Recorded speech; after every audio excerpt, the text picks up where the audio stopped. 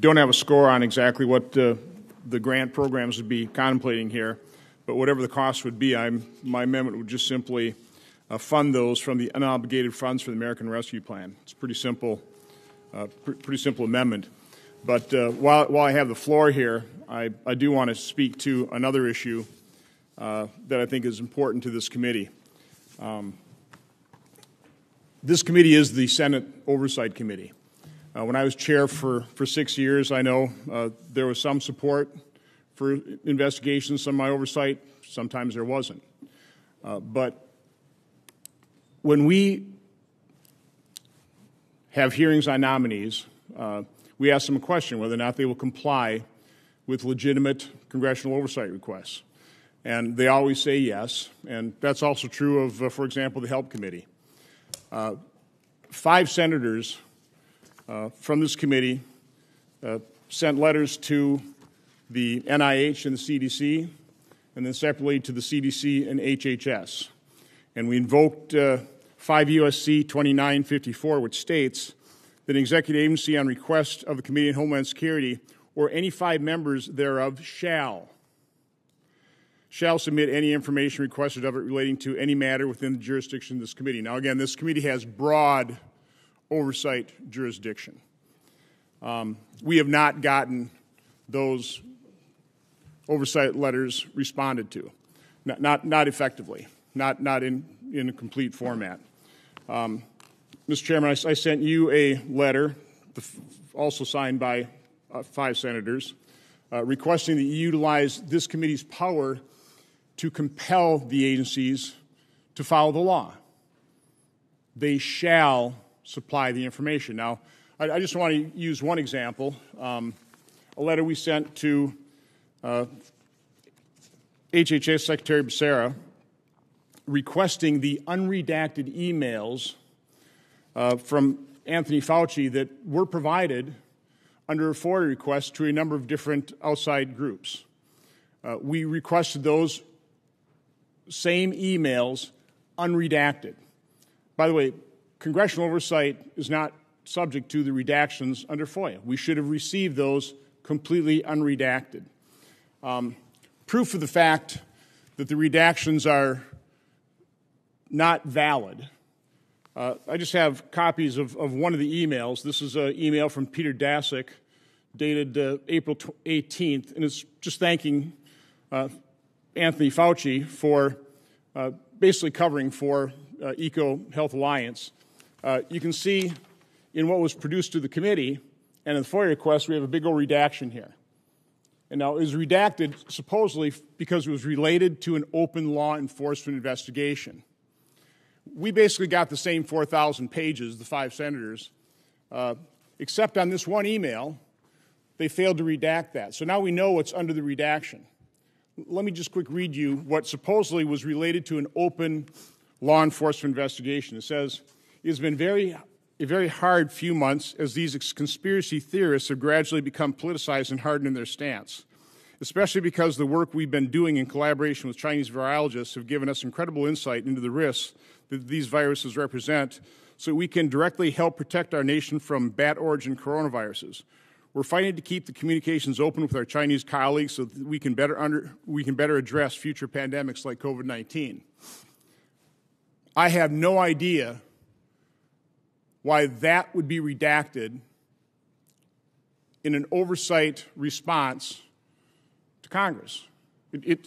I have no idea how that paragraph could be related to an open law enforcement investigation. So I won't go in, I won't describe this any further other than to, again, make the point.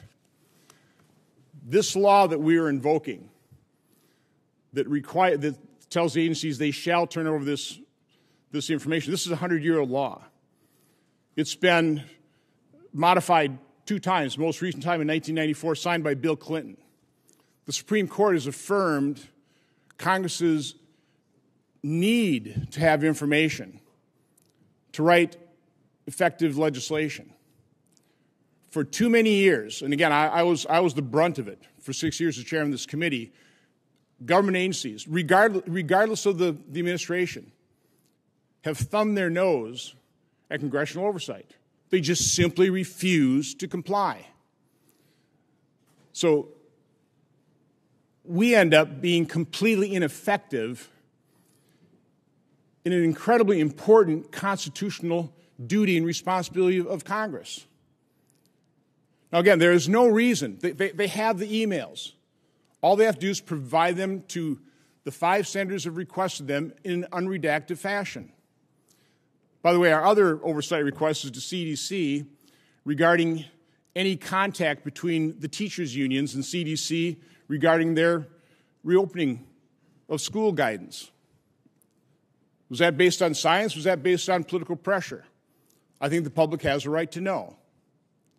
So again, as the Senate Committee on Oversight, if we sit back and do nothing, administrations in the future, regardless of whether they're Republican or Democrat, whether Democrats are in the majority in the Senate or Republicans are, administrations will continue to ignore our oversight requests, and we will not be able to fulfill our constitutional duty and responsibility to our constituents. So I would hope that every member on this committee would join those 5 senators that join me and use this committee's power to subpoena those records to say in a very strong, unified, unanimous voice, Congress will not be ignored. Our oversight responsibilities are important. And we demand, we insist that the administration provide us this information. But, Mr. Chairman, I'm asking that you work with me to prepare a subpoena. Hopefully, we don't even have to vote on it. You have the power to issue it. I would certainly hope that Senator Portman would not send a letter of disapproval, but we can get this subpoena out forthwith and fulfill our constitutional responsibility to oversight. Thank you, Mr. Chairman. Thank you, Senator Johnson. And certainly I concur that we need to get information. We need to do our job here as an oversight committee and make every effort to make sure we're getting information necessary to conduct oversight. And I'm happy to consider any requests. I'm happy to continue to work with you on this issue as well, because I think it is something that we need to pursue.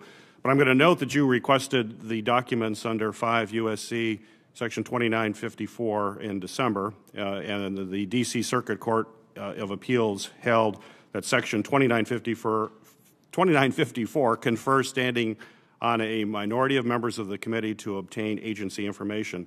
But the court recognized that the statutory right conferred by Section 2954 is entirely distinct from the committee's subpoena authority, and use of subpoena is inconsistent with this authority that you're invoking. That's my understanding of the law, but I'm happy to continue to work with you. Again, we can put pressure on the agency from using that statute or committee subpoena. Well, so again, the way to affirm congressional's right to this information is for this committee to act separately from our request and support what we're trying to do here. Because if we don't, administrations of the future can continue to thumb their nose, and we might as well close up shop from a standpoint of oversight. Well, as I mentioned, Senator, I'm happy to work with you. We're going to continue to work together on this. Appreciate that. That's